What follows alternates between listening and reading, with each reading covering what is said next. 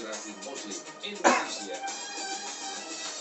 Sahabat mempunyai anak yang berakhlak, anak yang jujur, amanah, dan berkualitas tentu harapan dan impian kita semua, sahabat. Untuk itu wujudkan impian dan harapan tersebut bersama MI Masjid Al-Akbar Surabaya. MI yang terpadu dan terintegrasi dalam penyelenggaraan pendidikan yang berbasis pada masjid. MI Masjid Al-Akbar Surabaya memadukan antara pengetahuan umum dan agama Islam dengan fasilitas ruang nyaman ber-AC, playground indoor-outdoor, poliklinik umum dan gigi, LCD di tiap ruang kelas, dan lain-lain. Untuk itu sahabat, daftarkan putra-putri Anda ke MI Masjid Al-Akbar Surabaya dengan menghubungi 031-828-9755 atau 56. Sekali lagi sahabat, di 828-9755 atau 56. Tempat terbatas sahabat. Untuk lebih lanjut sahabat, Anda bisa menyimak talkshow-nya pada pagi ini jam 9. MI Masjid Al-Akbar Surabaya, beribadah dan berprestasi.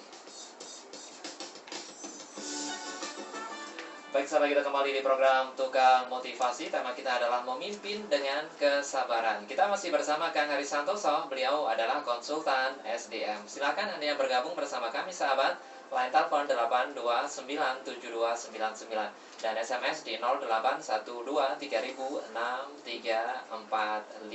Facebook kita sahabat, Radio SAS FM Surabaya. Baik Kang, kita melanjutkan dari pembahasan kita yang tadi. Kalau yang baru tadi kan kita sudah ya, kesabarannya letaknya di sana. Pada pemimpin yang sekarang sudah eksis begitu. Nah, sebelum dilanjutkan Kang, sudah ada yang bergabung kembali di line telepon, kita sapa langsung. Assalamualaikum. Waalaikumsalam. Iya, dengan Bapak siapa ini? Dengan Bapak Ahmad Masari. Oh, Pak Ahmad. Apa kabar Pak Ahmad? Alhamdulillah, baik-baik. Iya. Rekan-rekan di sana? Rekan-rekan juga sehat ya, Pak Ahmad? Alhamdulillah sehat. Pak Ahmad di Surabaya nih ya? Iya, di Surabaya. Oke. Baik, silakan Pak Ahmad. Assalamualaikum. Assalamualaikum Kak Haris. Waalaikumsalam warahmatullahi wabarakatuh, Pak Ahmad. Topiknya sangat menarik sekali. Beberapa pertanyaan berkaitan dengan kepemimpinan.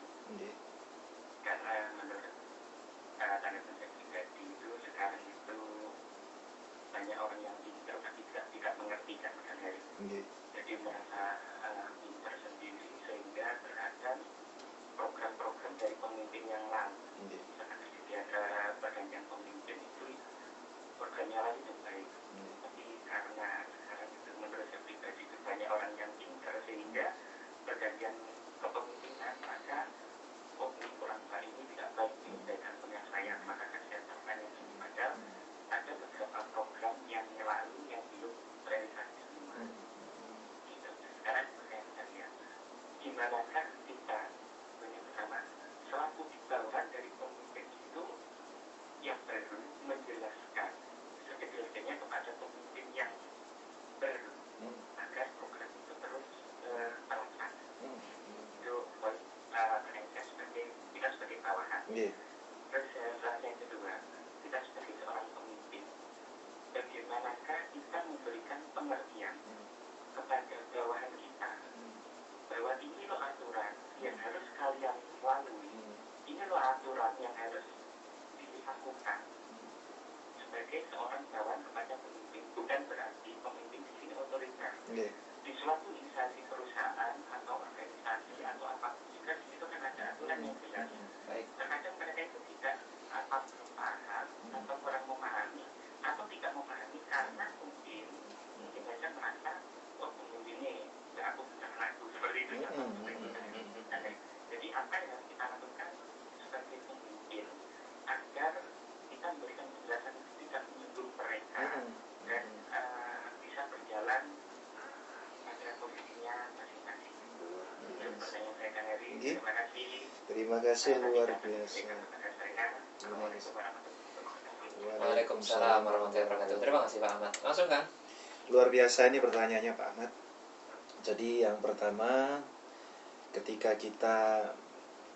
yang pertanyaan pertama adalah bagaimana bawahan menjelaskan kepada atasan yang baru tentang program-program yang patut dipertahankan karena memiliki dampak dan lain sebagainya. Yang bisa kita lakukan adalah mengumpulkan data-data tentang hasil dan impact dari sebuah kegiatan. Hasil sebuah kegiatan, efektivitas sebuah kegiatan atau sebuah produk atau sebuah apapun terletak pada bagaimana antara manfaat yang didapat dalam proses produksi produk, proses menjalankan kegiatan tadi lebih besar daripada yang dikeluarkan, baik dalam penyelenggaraannya, baik dalam produknya itu sendiri, maupun baik dalam bagaimana seluruh karyawan itu menjadi termotivasi. Ada nilai etos kerja di sana. Yang kedua, impact. Bagaimana impact itu bisa kita jadikan sebuah data. Impact itu kalau di perusahaan yang berkaitan dengan produk dan jasa layanan masuk pada indeks kepuasan konsumen. Indeks kepuasan konsumen harus kita buat. Kalau memang perusahaan memiliki dana yang besar, eksternal surveyor itu bisa kita lakukan untuk mengukur elektabilitas lagi, mengukur tentang bagaimana keabsahan sebuah data. Nah, kalau yang jamin adalah sebuah perusahaan statistik yang ternama misalnya, tentu ini menjadi ukuran dari sebuah keberhasilan perusahaan terhadap impact sebuah produk jasa yang sudah kita berikan. Ternyata dengan produk yang lama, kegiatan kita yang lama, Pak, indeks kepuasan konsumen sekian tingginya, Pak, dan dampaknya sekian tinggi, dampaknya pada omset begini, dampaknya pada efektivitas pekerjaan begini. Ini akan lebih baik, Pak. Ini pesan pertama adalah penguasaan data. Yang kedua, termasuk dalam penguasaan data itu apabila ada berita-berita yang berkaitan dengan berita itu dari media massa ya, berita liputan dan lain sebagainya, kumpulin. Atau dari koran di clipping begitu ya. Koran di clipping dikumpulkan, kita tunjukkan, Bapak, produk ini, program-program atau produk yang kita kembangkan ini akan menjadi luar biasa di tangan Bapak apabila Bapak bisa mempertahankan dan lain sebagainya.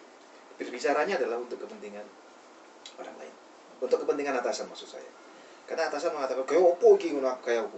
Kalau Bapak bisa mengembangkan ini dengan lebih baik lagi, maka indeks yang sudah kita capai ini akan menjadi meningkat. Dia akan lihat, iya, ternyata aja kalau sama meningkat. Nah, artinya kita sebagai teman, bukan sebagai orang yang terkesan menggurui dan lain sebagainya. Ini data-datanya Bapak mohon pelajari, ini bukti-bukti penyelenggaraannya, ini SPJ-nya. Nah, makanya saya selalu selalu ajarkan kepada teman-teman di aparatur sipil negara ketika saya memberikan spirit motivation bagi karyawannya, baik dalam bidang religi, termasuk tasawuf profesi itu, saya bilang, jangan lupa dalam setiap kegiatan itu buat angket untuk indeks kepuasan audiens, indeks kepuasan masyarakat. Biarkan itu yang berbicara tentang kinerja kalian. Baik kinerja pelayanannya, baik kinerja administrasinya, baik kinerja, kalau sekarang kan tidak boleh nyewa hotel, gedungnya, segala macam.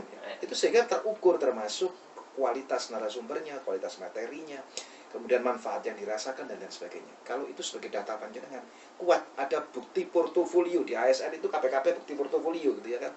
Itu di ASN. Di perusahaan sama, saya juga sarankan pegang data itu karena itu sebagai kekayaan yang luar biasa, equity administration namanya, ya kan? Yang kedua, sebelum jawab yang kedua itu kan, oke lah, kita sudah punya data-datanya kan, kita sudah punya juga impact atau IKK dan lainnya sebagainya itu ya. Tapi kita jaraknya jauh nih kan sama pemimpin ini. Misalnya kita karyawan bawah tapi beliau ya gapnya tuh terlalu jauh. Bagaimana penyampaiannya Pak? Nah, yang saya menangkapnya tadi disampaikan Pak Ahmad karena beliau bisa berkomunikasi dengan atasan. Yang saya lakukan ketika saya dipercaya untuk mengembangkan unconventional marketing, di mana top management itu saya sanggung, pernah saya ceritakan kalau tidak salah, di tempat parkir dan di kantin di mana dia biasanya rehat atau makan. Dari sana saya jelaskan sekilas, nggak mungkin saya jelaskan panjang-panjang, saya tinggali kartu nama saya ya atas nama perusahaannya dia sendiri. Oh, tipe ya awakmu wong kene tak gitu kan ya. Ya sudah, nanti di rapat tolong catatan nomor telepon aku pas wayai rapat saya diundang. Harus menggunakan banyak strategi. Ya, saya sekali lagi bisa memanfaatkan, bukan saya, maksud saya panjenengan juga bisa memanfaatkan networking, FB segala macam itu, Twitter dan lain sebagainya. Itu kan Anda bisa komunikasi, email maksud saya, itu bisa dimanfaatkan. Kalau Anda jadi Meskipun dia direktur, tapi kalau dia jadi teman panjenengan di FB, dia kan teman di FB. Bukan direkturnya FB, dia teman Anda kan? Ya apa ya? Iya. Jadi teman itu. Jadi teman. Kalau jadi teman, posisi Anda bisa ngirim lewat inbox kalau beritanya memang ya lebih baik dikirim lewat inbox, karena kalau sudah temanan di FB itu kan lebih luas lagi, atau di BBM. Kalau di BBM mungkin agak sungkan ya, karena satu grup dengan teman-teman. Bisa di situ komunikasi. Nah, ini cara-cara unconventional communication strategy gitu ya kan. Nah, rahasia-rahasianya ini ya bisa dicontoh oleh sahabat yang lain ya. Baik kan, sebelum menjawab yang kedua kita jeda dulu. Yes. Yang kedua nanti kita bahas di sesi yang terakhir. Baik sahabat, kita saat ini masih di program Tukang Motivasi. Kita masih bersama Kang Hari Santoso, beliau adalah konsultan SDM. Anda yang bergabung masih ada waktu sedikit sahabat.